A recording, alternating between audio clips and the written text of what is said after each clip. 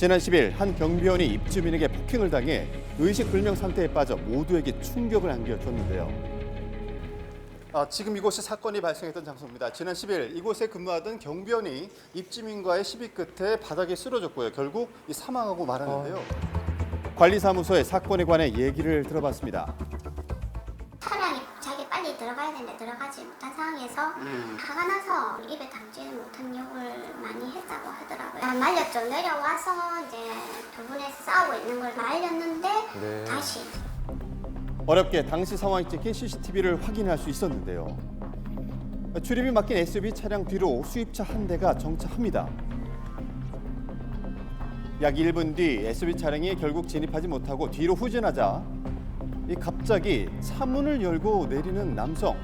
기다림에 화가 난 듯 앞차에 계속해서 삿대질을 하는데요. 이 피해 경비원이 황급히 남성을 말려보지만 잠깐 사라졌다 다시 돌아와서 이 경비원에게 다시 삿대질을 합니다. 왜 경비원에게? 결국 몸싸움을 벌인 두 사람. 그러더니 갑자기 경비원에게 발을 걸어 바닥으로 넘어뜨립니다. 당황한 순간이었어요. 얘기하는 언쟁 과정에서 순간적으로 다리를 걷어차서 누가 누구가 이렇게 막을 수 있는 상황은 아니었어요. 쓰러지면서 이 새로 만든 배수구에 머리를 부딪힌 경비원. 곧바로 의식을 잃었고요. 119 구조대에 의해서 급히 병원으로 옮겨졌는데요. 바로 수술을 진행했지만 의식을 회복하지 못한 채 뇌사 상태에 빠졌고 사건 발생 9일 만인 18일 밤입니다. 결국 사망하게 됐습니다. 유가족을 만나 얘기를 들어봤는데요. 그렇게 오래 기다린 것도 아니었거든요. 차를 빼서 이 차를 빼고 들어가면 끝이죠.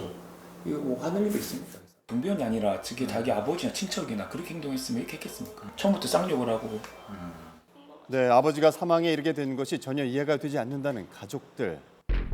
현재 사건은 어떻게 진행되고 있는 것일까? 중상의 사건의 치사로 진행될 것 같습니다. 근데 왜 걸어서 넘어뜨렸대요? 그거 제가 뭐라고 말씀드리기 곤란하네요. 좀 문제는 있었다고 하더라고요. 그 전에 직원들도 이 사람 때문에 스트레스 받아서 그만뒀고 그런 지속적인 그 욕설과 그것도 언어 폭행이잖아요. 그런 폭행을 해서 그만둔 직원도 있고.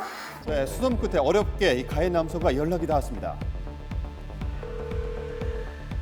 다리를 걸었던 이유는 있으세요? 앞에 여성분이 못 들어가고 계셨어요.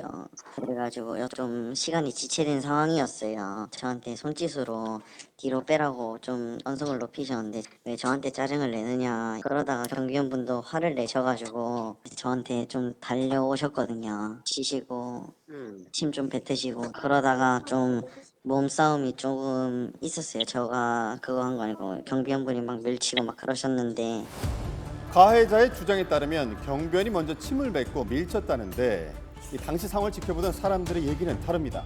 침 뱉은 걸 봤냐니까 그거는 우리 직원은 못 받은 상황이고. 이 친구는 이제 침을 뱉었다는데 뭐 말하자면 침을 쓸 수도 있고. 좀 어르신이잖아요. 그러면 좀 위험할 수 있다는 생각을 좀 못 하셨던 거예요, 당시에는? 솔직히 그냥 넘어뜨리고 가려고 했었습니다. 치고받고 싸울 목적이 있었으면 주먹이 솔직히 먼저 나가거나 그렇게 제가 한 행동에 대해서 그 당시부터 지금까지 한 번도 후회를 안 한 적이 진심으로 없습니다. 제가 그분 인생을 이렇게 만들었다는 거에 저는 지금 많이 자책을 하고 있습니다. 그저 자리를 피하기 위해서 넘어뜨렸다는 남성. 한순간의 그릇된 판단으로 피해자는 돌아올 수 없는 길을 떠났습니다. 어르신 지나가다가 넘어져도 다칠 나이인데 그거를 잡아가지고 당연히 입주민 아닌 차를 막아서 못 들어가게 하는 그 사람 그 경비원의 역할인 거고 그걸 모르겠어요. 이게 일반적인 상식으로는 이해할 수 없는 행동이라. 어제 저녁 결국 구속영장이 발부된 가해 남성. 곧 구치소로 송치될 예정이라고 하는데요. 자, 이렇게 끊임없이 발생하고 있는 입주민에 의한 경비원 폭행 사건들 심하게는 이 사망까지 이르기도 하는데요. 이 대부분 직장을 은퇴한 후이기 때문에 60대가 넘는 경비원이 60%를 넘어서 이 폭행에 더욱더 취약할 수밖에 없는 상황입니다. 그렇죠. 저희가 우리 월급을 준다 이런 계산 아닙니까?